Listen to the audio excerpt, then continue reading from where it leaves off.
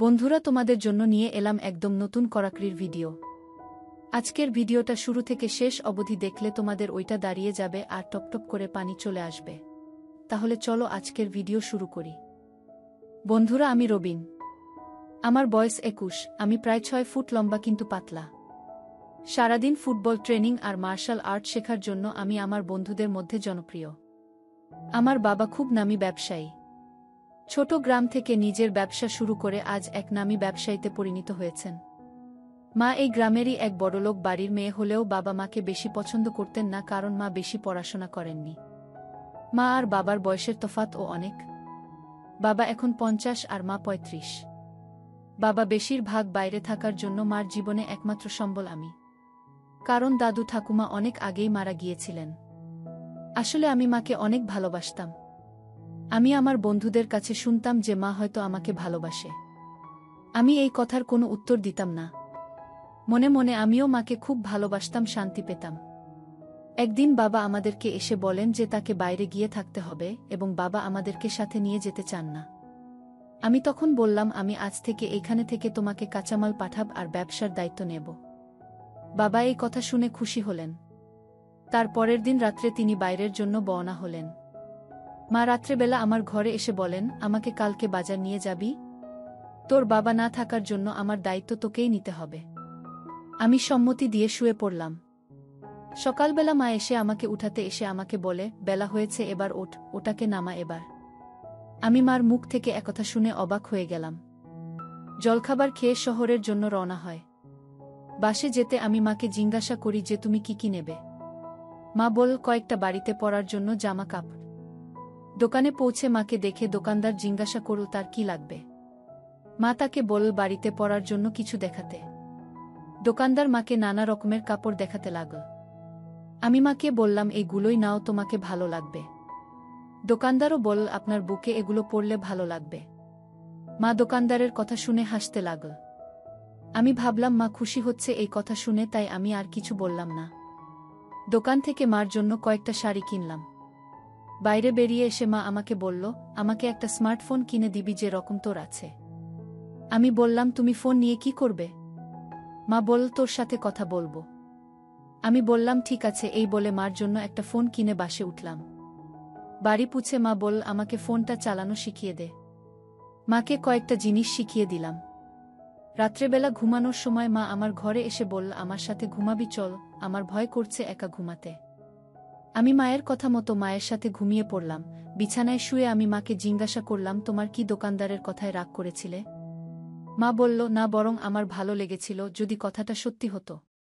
আমি মায়ের কথা শুনে মাকে বললাম, তুমি কি চাও দোকানদার যেটা বলল সেটা সত্যি হোক?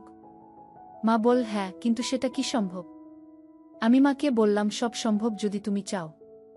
মা কিছুক্ষণ চুপ করে থাকার পরে বলল যে, কিন্তু সবাই কি বলবে? আমি বললাম, সবার কথা ছাড়ো। মা কিছুক্ষণ পরে আমাকে বলল, তুই আমাকে ভালোবাসিস? আমি বললাম, খুব ভালোবাসি। আর তুমি? মা বলল, তুই আমার একমাত্র ছেলে, তুই ছাড়া আমি আর কাউকে চাই না। পরের দিন সকালে ঘুম থেকে উঠে দেখি মা নেই। আমি ভাবলাম কালকে হয়তো কোনো স্বপ্ন দেখেছি। জলখাবারের পরে স্নান করার পর আমি আমাদের কাঁচামাল তৈরির জায়গায় কাজে যাব বলে তৈরি হচ্ছি, সেই সময় মা আমার সামনে এসে দাঁড়াল। আমি বললাম, কি হয়েছে? মা আমার সামনে সিন্দুরের কৌট বাড়িয়ে বলল, এটা আমাকে পরিয়ে দে। আমি তখন বুঝতে পারলাম কালকের কথা সত্যি। আমিও খুশি হয়ে পরিয়ে দিলাম। মা আমাকে প্রণাম করল আর বলল, যাও, এবার কাজে যাও আর তাড়াতাড়ি বাড়ি ফিরবে। আমি আমাদের কারখানায় দেখে নিলাম আর এক কোনায় গিয়ে মাকে মেসেজ করলাম, কই? কিছুক্ষণ পরে মেসেজ করল, এই তো। কাজ ছেড়ে আমাকে মেসেজ করছো কেন? আমি বললাম, তোমার মতো কেউ থাকলে কার কাজে মন থাকবে? আমি আরও বললাম, কালকে যে শাড়ি কিনলে সেটা পরে কয়েকটা ছবি পাঠাতে বললাম। মা বলল, ঠিক আছে, দিচ্ছি। কিছুক্ষণের মধ্যে আমাকে কয়েকটা ছবি পাঠালো। ছবিগুলো দেখে আমি নিজেকে ঠিক রাখতে পারলাম না। মাকে বললাম, কত সুন্দর তুমি। মা বলল, তাই? আমি মাকে বললাম, আমার খুব পছন্দ হয়েছে। আমি বাকি দিনটা কোনো রকমে কাজ করে বাড়ি গিয়ে দেখি মা আমার জন্য খাবার টেবিলে বসে আছে। হাত পা ধুয়ে মা আর আমি একসাথে খেয়ে নিই। আমি খাওয়ার পর মায়ের ঘরে শুয়ে আছি। মা এসে বলল, তোমার ঘর আজ থেকে আমার ঘর, চলো আমাদের ঘরে চলো। মা আগে ঘরে ঢুকে বিছানা ঠিক করতে লাগল। আমি ঘরে ঢুকে দরজা বন্ধ করার পর দেখি মা আমার আশা দেখে বিছানার পাশে চুপচাপ দাঁড়িয়ে পড়ল। এরপর মা কি এক সুখের আশায় অদ্ভুত আচরণ করতে লাগল। এরপর ঘুমিয়ে পড়লাম। সকালবেলায় ঘুম থেকে উঠে আমি মুখ ধুয়ে চা করতে লাগলাম। চা নিয়ে গিয়ে মাকে ঘুম থেকে উঠালাম। মাকে চা দিয়ে বললাম, আজ কাজ থেকে ফেরার সময় তোমার জন্য একটা গিফট আনব। মা বলল, ঠিক আছে। স্নান আর জলখাবার ছেড়ে আমি সোজা দীঘা যাওয়ার জন্য বাসের টিকিট কাটলাম। কারখানায় গিয়ে আমি ঘুরে বাড়ি ফিরে দেখি মা আমার জন্য খাবার নিয়ে অপেক্ষা করছে। আমি হাত পা ধুয়ে খেতে বসলে মা জিজ্ঞাসা করল, আমার গিফটটা কি? আমি বললাম, আমরা দুজনে দীঘা যাব ঘুরতে। মা বলল, তাই? যাই হোক, দিন গিয়ে রাত হলো। আবারও খাওয়া দাওয়া করে কিছুক্ষণ গল্প করলাম, টিভি দেখলাম। তবে আজ আর দেরি না করে 11টার দিকে বললাম, অনেক রাত হয়েছে, এবার ঘুমিয়ে পড়ো। পরের দিন সকালবেলা ঘুম থেকে উঠে দেখি মা স্নান করে জলখাবার বানাচ্ছে। মা আমাকে দেখে বলল, স্নান করে নাও, জলখাবার তৈরি। আমি স্নান করে নিচে নেমে দেখি মা শাড়ি পরে জলখাবার নিয়ে বসে আছে।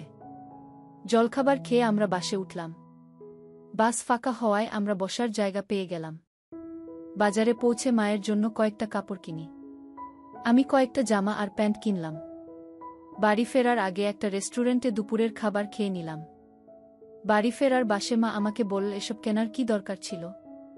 আমি বললাম, তোমাকে এইগুলো পরলে ভালো লাগবে, আর আমি চাই না তুমি শুধু শাড়ি পরবে। বাড়ি ফিরতে ফিরতে সন্ধ্যা হয়ে গেল। আমরা বাড়ি পৌঁছে জামা কাপড় গোছাতে লাগলাম। পরের দিন সকালে বাস থাকায় সেই দিন রাতে আমরা তাড়াতাড়ি ঘুমিয়ে পড়লাম। পরের দিন সকালে বাসে উঠলাম আমাদের সিট শেষের আগে। আমি বললাম, পেছনে ঝামেলা কম। মা একটা হাসি দিয়ে জানালার পাশে বসল। আমাদের সামনে এক জোড়া বয়স্ক মহিলা আর বামে তাদের সাথে ছেলে ছিল। তো বাস ছেড়ে দেওয়ার কিছুক্ষণ পর এ পাশের ছেলেটা ঘুমিয়ে পড়ল। মা জানালা দিয়ে বাইরে দেখছিল। বিকেল পেরিয়ে সন্ধ্যা হল। রাত হতেই হঠাৎ গাড়িটার গতি কমে আসলো একটা পেট্রোল পাম্পে ধুকল তেল নেয়ার জন্য। আমরা বাস থেকে নামলাম ফ্রেশ হতে যাব বলে। তখন রাত 11টা। পাম্পের পাশে থেকে রাতের খাবার খেয়ে নিলাম। এরপর আমরা আবার ফিরে এলাম বাসে। সকাল 9টায় আমরা দীঘা পৌঁছে গেলাম। আমরা দীঘার সমুদ্রের কাছে একটা হোটেলে গিয়ে উঠলাম। চেক ইন করার সময় আমাদের সম্পর্কে জিজ্ঞেস করলে মা বলল, আমরা স্বামী স্ত্রী। ম্যানেজার বলল, তাহলে আপনাদের একটা সিঙ্গেল বেডের রুম দিচ্ছি। রুমে গিয়ে দেখি রুমটা বেশ ছোট আর বেডটা ছোট। আমি মাকে বললাম, চলো আমরা বাইরে থেকে ঘুরে আসি। মা বলল, ঠিক আছে। মা একটা লাল শাড়ি পরল। আমরা হোটেল থেকে বাইরে বেরিয়ে সমুদ্রের ধার বরাবর হাঁটতে থাকলাম। অনেকটা যাওয়ার পরে কাছে একটা মন্দির পড়ল। আমরা কাছে যেতেই দেখলাম অনেকে ওই মন্দিরে বিয়ে হচ্ছে। মা এটা দেখে বলল, চল আমরাও ঘুরে আসি। আমি মায়ের কথা ফেলতে পারলাম না। মন্দিরের বাইরে দোকান থেকে মালা নিয়ে মন্দিরে গেলাম। পুরোহিত কিছু না জিজ্ঞেস করে বিয়েটা শুরু করে দিল। নাম গোত্র জিজ্ঞেস করলে মা নাম ও গোত্র বলে দিল। পুরোহিতকে দক্ষিণা দিয়ে মা আমাকে নিয়ে গিয়ে একটা বসার জায়গায় নিয়ে গেল। মা আমার পাশে বসে বলল, শোন, আজকে থেকে আমাকে নাম ধরে ডাকবে। আমি বললাম, নাম ধরে না ডেকে তোমাকে দীপা বলে ডাকব। মা সম্মতি দিয়ে বলল, ঠিক আছে, আর আমি তোকে তুমি করে কথা বলবো। আমি দীপাকে সঙ্গে করে নিয়ে দুপুরের খাবার খেয়ে হোটেলে ফিরলাম। রুমে ঢুকে আমি বিছানায় গিয়ে শুয়ে পড়লাম। দীপা আমাকে বলল, তুমি এসে শুয়ে পড়লে, ফ্রেশ হয়ে নাও। সন্ধেবেলায় আমরা সমুদ্রের ধারে ঘুরতে বেরোলাম। সমুদ্রের ধারে বিভিন্ন জিনিস কিনতে লাগল দীপা। আমরা কেনাকাটার পরে একসাথে সমুদ্রের ধারে একটা পাথরে গিয়ে বসলাম। এমনি করে অনেকক্ষণ বসে গল্প করার পরে দীপা আমাকে বলল, আমি আর থাকতে পারছি না, চলো রাতের খাবার খেয়ে হোটেলে চলো, হোটেলে গিয়ে রেস্ট করব। আমরা রাতের খাবার খেয়ে হোটেলে গেলাম। আমরা হোটেলে ঢুকতেই হোটেল ম্যানেজার বলল, আপনাদের কিছু লাগবে? দীপা বলল, না, তবে আমাদের যেন কাল পর্যন্ত ডিস্টার্ব না করে। ম্যানেজার বলল, ঠিক আছে, আপনাদের ভ্রমণ যেন সুন্দর হয়। আমরা দুজন হেসে রুমে চলে এলাম। দীপা আগে রুমে ঢুকে গেল। রুমে ঢুকে দরজা বন্ধ করে ঘুরে দেখি দীপা নিজের খোপা খুলে দিয়েছে।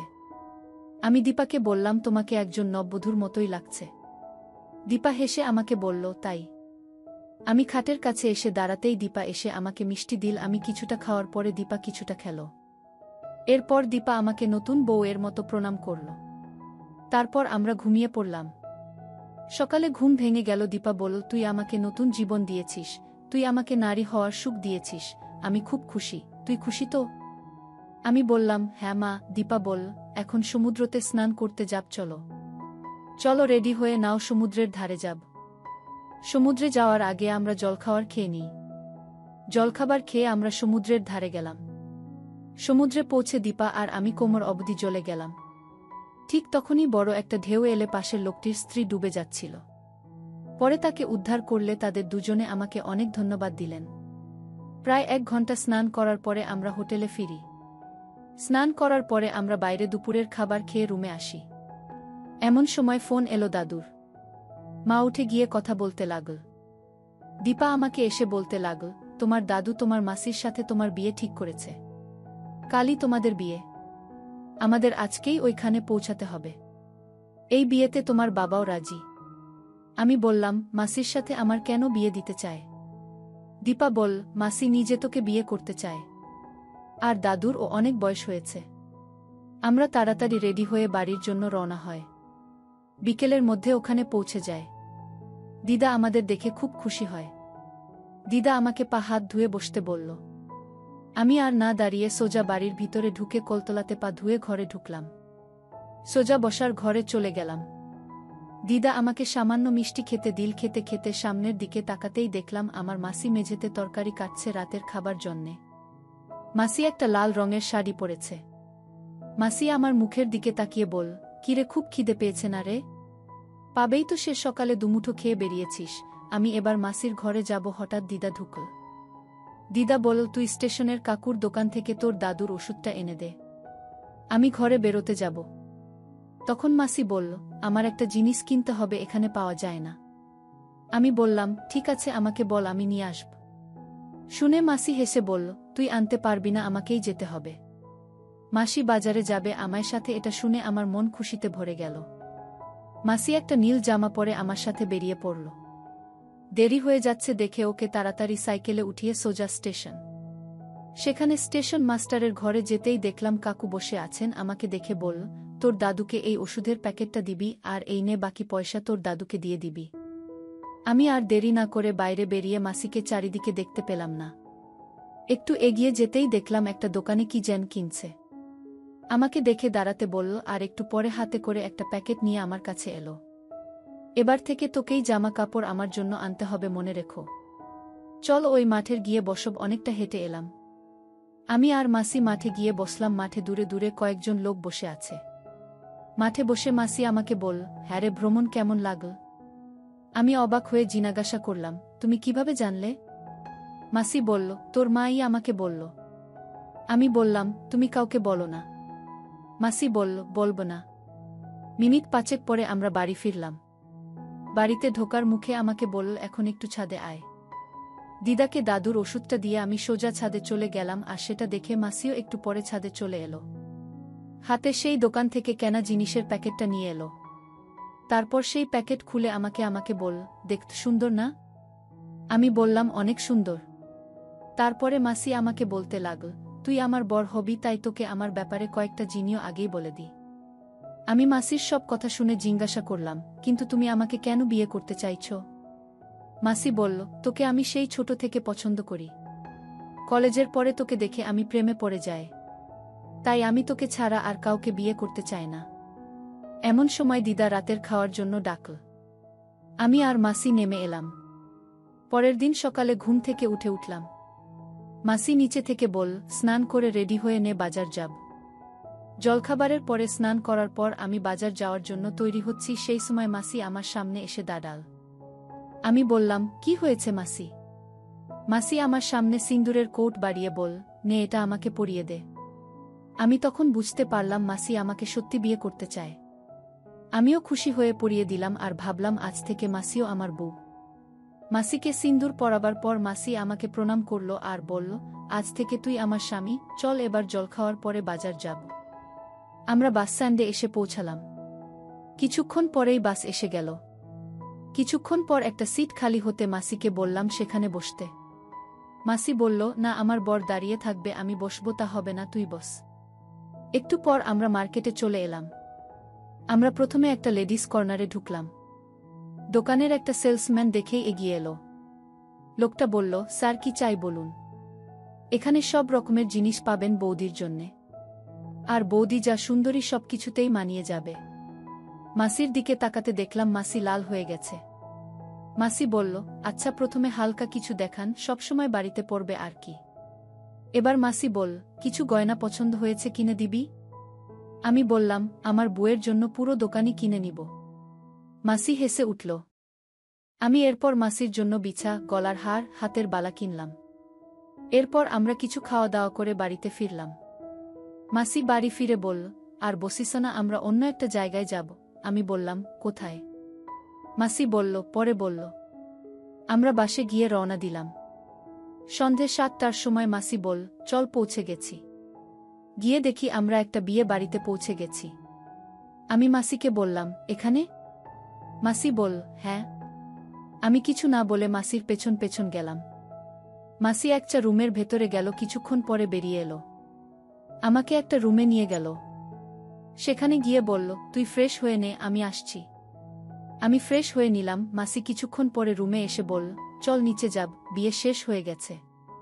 আমি বললাম, তাহলে এখানে এলে কেন? মাসি বলল, সব পরে বলবো, এখন চল আমার সাথে। আমি মাসির পেছন পেছন একটা রুমে গেলাম। রুমে গিয়ে দেখলাম দুটো মাসির বয়সী মহিলা বসে আছে। মাসি ওদেরকে বলল, এই দেখ আমার বর। ওদের মধ্যে একজন বলল, আরে এ তো তোর থেকে ছোট। অন্য একটা মহিলা বলল, তাহলে আমার পছন্দ হয়েছে। বাকি মহিলাগুলোও বলল, আমাদেরও পছন্দ হয়েছে। মাসি বলল, এরা আমার বান্ধবী, আর তোর নতুন বউ, এরা সব বিধবা। ওরা ঠিক করে ওরা আবার বিয়ে করবে। তাই আমি তোকে এখানে এনেছি। এখন থেকে আমরা এখানেই থাকব। আমি বললাম, কিন্তু বাইরে কেউ কিছু জেনে গেলে? একজন মহিলা বলল, তাহলে তো ওরাও তো তোকে বিয়ে করতে চাইবে, এই বলে হাসতে লাগল। অন্য মহিলাটি বলল, তোর কোনো চিন্তা নেই, এখানে সব মহিলারা তোর ব্যাপারে জানে। আমি বললাম, মানে আমরা এখানেই থাকব? মাসি বলল, হ্যাঁ।